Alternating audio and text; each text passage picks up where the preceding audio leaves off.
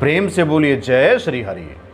आदरणीय दर्शकों, मैं आलोक तिवारी आपका अपने चैनल पर स्वागत करता हूं और आज के इस वीडियो के माध्यम से हम आपके सामने निर्जला एकादशी व्रत के बारे में संक्षिप्त जानकारी लेकर के प्रस्तुत हुए हैं कि यह निर्जला एकादशी क्यों कहलाया, इसके पूजन का क्या विधान है तथा निर्जला एकादशी व्रत की कथा क्या है। इस तरह की संपूर्ण जानकारी एक ही वीडियो के माध्यम से आपके सामने प्रस्तुत की जा रही है, इसलिए इस वीडियो में आप अंत तक बने रहिए। आदरणीय दर्शकों, जैसा कि आप सबको ज्ञात है कि वर्ष में 24 एकादशियां होती हैं, जिनमें से निर्जला एकादशी छठवीं एकादशी है।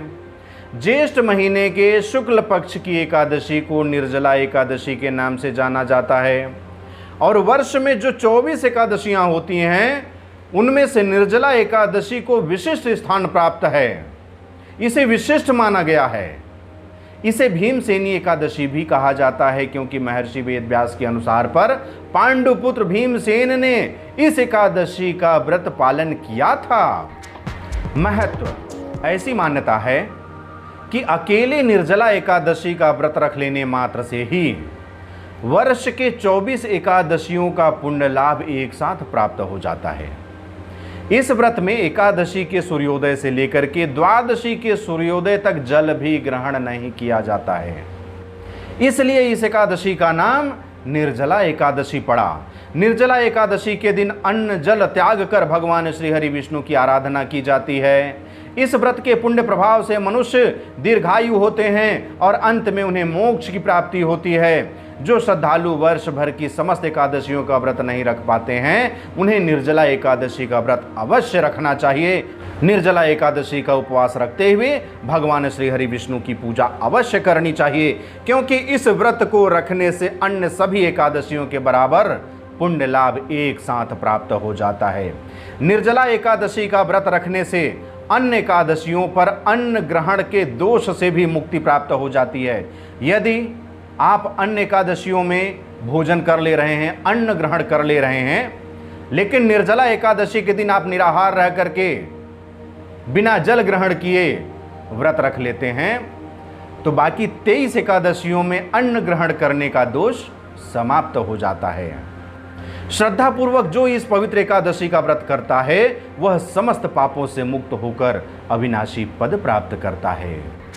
निर्जला एकादशी व्रत की पूजा विधि: उपवासों में निर्जला एकादशी को सबसे श्रेष्ठ माना गया है, इसलिए पूरे यत्न के साथ इस व्रत को करना चाहिए।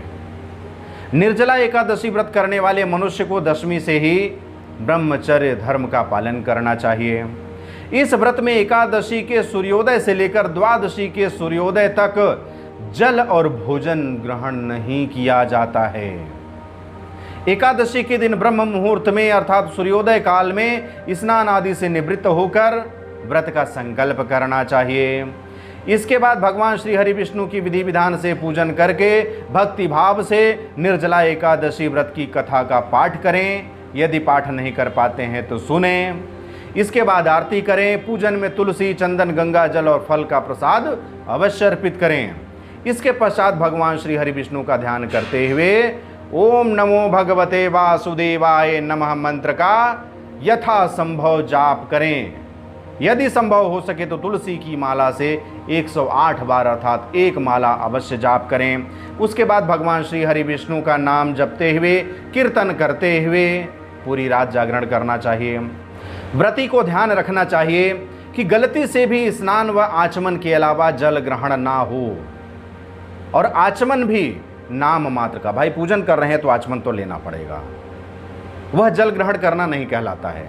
लेकिन आचमन भी ऐसा नहीं कि पूरा लोटा भर के आचमन कर लें, आचमन 2 बूंद से हो जाता है। इसलिए आचमन में भी बिल्कुल नाम मात्र का ही जल ग्रहण करें। निर्जला एकादशी के दिन व्रती जल से भरे हुए कलश को सफेद वस्त्र से ढककर उस पर गुड़ तथा दक्षिणा रखकर ब्राह्मण को दान दें। साथ ही यदि आपकी क्षमता है तो इस दिन स्वर्ण दान भी किया जाता है। ब्राह्मणों अथवा किसी गरीब व जरूरतमंद को मिष्ठान व दक्षिणा भी देनी चाहिए। विष्णु सहस्त्र नाम का पाठ करें। एकादशी व्रत पर जो भी व्यक्ति विष्णु सहस्त्र नाम का पाठ करते हैं अथवा श्रवण करते हैं, उस पर भगवान विष्णु की विशेष कृपा दृष्टि होती है। रात्रि में भगवान श्री हरि विष्णु का स्मरण करते हुए जागरण करें। अगले दिन द्वादशी को व्रत का पारण करें। एकादशी व्रत में ब्राह्मण भोजन और दक्षिणा का विशेष महत्व होता है, इसलिए द्वादशी अर्थात पारण के दिन ब्राह्मण भोजन करावें एवं उन्हें दक्षिणा देकर के विदा करें। उसके बाद ही स्वयं भोजन करें अर्थात व्रत का पारण करें। निर्जला एकादशी पर दान का महत्व। निर्जला एकादशी का व्रत रखकर किसी सुयोग्य सुपात्र ब्राह्मण को दान देना चाहिए, लेकिन ध्यान रखिएगा, सुयोग्य सुपात्र वही ब्राह्मण होगा जो कभी किसी भी प्रकार का नशा न लेता हो, कभी तामसिक भोजन न करता हो, उसे ही दक्षिणा देना चाहिए। और यथाशक्ति जो भी हो सके अन्न जल वस्त्र आसन छतरी पंखी फल फूल सोना चांदी जो चाहे दान कर सकते हैं, लेकिन देख लीजिए वह ब्राह्मण शराब पीने वाला ना हो, मांस मछली खाने वाला ना हो। ऐसा ब्राह्मण खोज कर ही दान दीजिए, नहीं तो आपका दान व्यर्थ हो जाएगा। इस दिन जल से भरे कलश का दान करने वाले श्रद्धालुओं को वर्ष की संपूर्ण एकादशियों का पुण्य फल प्राप्त हो जाता है। इसलिए निर्जला एकादशी के दिन दान अवश्य कीजिए। निर्जला एकादशी व्रत की कथा। पौराणिक कथाओं के अनुसार महाभारत काल के संदर्भ में निर्जला एकादशी की कथा प्राप्त होती है। इस कथा के अनुसार पर सभी पांडवों को धर्म अर्थ काम एवं मोक्ष प्राप्ति के लिए महर्षि वेदव्यास ने एकादशी व्रत का संकल्प कराया। अब क्या था, माता कुंती एवं द्रौपदी सहित सभी पांडव व्रत रखने लगे, लेकिन भीम जी को, जो गदा चलाने और खाने के मामले में काफ़ी प्रसिद्ध थे, कहने का मतलब यह है कि भीम विशालकाय और बलवान तो थे ही, उनकी भूख भी विशाल और बलवान थी। उन्हें भूख बहुत ज़्यादा लगती थी, उनकी भूख बर्दाश्त के बाहर होती थी, इसलिए उनके महीने में 2 दिन उपवास रख पाने की स्थिति नहीं थी। महीने में 2-2 एकादशी रख पाना उनके लिए कठिन पड़ने लगा। जब पूरे परिवार का उन पर व्रत करने के लिए दबाव पड़ने लगा तो इसकी युक्ति ढूंढने लगे, उन्हें भूखा भी न रहना पड़े और लाभ भी प्राप्त हो जाए, पुण्य भी प्राप्त हो जाए। अपने उदर पर आई इस विपत्ति का समाधान खोजते खोजते वे महर्षि वेदव्यास के पास पहुंच गए। जाकर के पूछने लगे कि हे पितामह, मेरे परिवार के सभी सदस्य एकादशी का व्रत रखते हैं, मुझ पर भी दबाव बनाते हैं, लेकिन मैं धर्म कर्म पूजा पाठ दान आदि सब कर सकता हूं, लेकिन उपवास नहीं रह सकता। मेरे सामर्थ्य में नहीं है कि मैं उपवास रखूं, बहुत भूख लगती है पितामह। मेरे पेट के अंदर वृक नामक जठराग्नि है, जिसे शांत करने के लिए मुझे ढेर सारा भोजन करना पड़ता है, बहुत सारे भोजन की आवश्यकता होती है, अतः मैं भोजन के बिना नहीं रह सकता। तब व्यास जी ने कहा, पौत्र क्या कह रहे हो? जी हाँ, नहीं रह सकता। अच्छा। तब वेदव्यास एक उपाय लेकर के आ गए। बोले, वत्स भीम, यदि तुम स्वर्ग और नरक में यकीन रखते हो तो तुम्हारे लिए यह व्रत करना आवश्यक है, एकादशी का व्रत रखना पड़ेगा। ऐसा सुनकर भीम की चिंता और बढ़ गई। क्या पितामह, आप तो उपाय लेकर के आए, लेकिन यह उपाय तो कोई काम का नहीं है। आप तो बोल रहे हैं कि एकादशी का व्रत रखना पड़ेगा। हाँ पुत्र, रखना तो पड़ेगा। फिर से हाथ जोड़ करके महर्षि वेदव्यास के सामने खड़े हो गए और भीमसेन कहने लगे कि हे महर्षि, कोई ऐसा उपवास बताने की कृपा करें जिसे साल में कई बार रखा जाए। बाकी दिन तो खाना खाने को मिले, एक दिन का देख लिया जाएगा और इस एक दिन के उपवास से ही मोक्ष की प्राप्ति हो जाए। बड़े चालाक थे भीम भैया। इस पर महर्षि वेदव्यास ने गदाधारी भीम से कहा कि हे वत्स, यह उपवास है तो बड़ा कठिन, लेकिन यदि तुम इसे रख लेते हो तो तुम्हें सभी एकादशियों के उपवास का फल प्राप्त हो जाएगा। महर्षि वेदव्यास ने कहा कि इस उपवास के पुण्य फल के बारे में स्वयं भगवान श्री कृष्ण ने मुझे बताया है। और ये भीम तो खुश हो गए हाँ पितामह बताइए, वर्ष में एक बार करना है और सबका फल प्राप्त हो जाएगा। अच्छा अच्छा। तब महर्षि वेदव्यास कहते हैं कि तुम ज्येष्ठ मास की शुक्ल पक्ष की एकादशी का उपवास करो। इसमें आचमन व स्नान के अलावा जल भी ग्रहण नहीं किया जाता है, यह ध्यान रखना।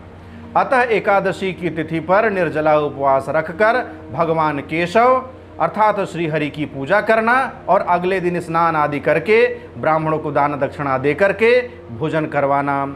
फिर उसके बाद भोजन करने के बाद उनकी दक्षिणा देकर की विदाई भी करनी होगी, यह भी ध्यान रखना। जब सब यह कर लोगे उसके बाद ही भोजन करना, तब तक तुम्हारे उदर की वृक्क नामक जठराग्नि को समझाना पड़ेगा ऑल इज वेल। इस प्रकार से तुम्हें केवल एक दिन के उपवास से ही वर्ष भर के समस्त एकादशियों के उपवासों का पुण्य फल प्राप्त हो जाएगा। महर्षि वेदव्यास के बताने पर भीम ने भी यह उपवास रखा और अंत में मोक्ष की प्राप्ति हुई। भीम द्वारा उपवास रखे जाने के कारण ही निर्जला एकादशी को भीमसेन एकादशी या भीमसेनी एकादशी कहा जाता है। चूंकि पांडवों ने भी इस दिन उपवास रखा था, इस कारण इसे पांडव एकादशी भी कहा जाता है। निर्जला एकादशी व्रत है कठिन। जैसा कि महर्षि वेदव्यास ने भीमसेन को बताया कि निर्जला एकादशी का यह उपवास निर्जला रहकर करना होता है, इसलिए इसे रखना अत्यंत कठिन होता है, क्योंकि इसमें न तो जल ग्रहण करना है न तो कुछ भी खाना है। दूसरा, एकादशी का उपवास द्वादशी को पारण होता है, वह भी द्वादशी को सूर्योदय के बाद, ब्राह्मणों को भोजन कराने के बाद, ब्राह्मणों को दान देने के बाद ही पारण किया जाता है। अतः इसकी समयावधि भी काफ़ी लंबी होती है। भाई सीधी सी बात है, एकादशी को जब सूर्योदय हुआ तब से यह प्रारंभ हो गया और द्वादशी को सूर्योदय के बाद जब तक ब्राह्मण भोजन करा के ब्राह्मणों को विदा न कर दे तब तक अन्न जल ग्रहण नहीं कर सकते। 26 से 28 घंटे लग जाते हैं। इस कारण से यह व्रत अत्यंत कठिन व्रत होता है। इस तरह से इस वीडियो के माध्यम से आपके सामने निर्जला एकादशी व्रत के बारे में विस्तृत जानकारी बताई गई। मैं आशा करता हूं कि यह जानकारी आपको पसंद आई होगी। यदि यह जानकारी आपको पसंद आई हो तो मुझे कमेंट बॉक्स में लिख करके अवश्य बताइएगा। साथ ही साथ इस वीडियो को अधिक से अधिक लोगों तक शेयर कीजिए, जिससे कि निर्जला एकादशी के बारे में सभी लोगों को जानकारी प्राप्त हो सके। अब मुझे आज्ञा दीजिए, मिलते हैं अगले वीडियो पर। तब तक के लिए जय हिंद, जय भारत, बम बम भोलेनाथ की जय। जय गुरुदेव।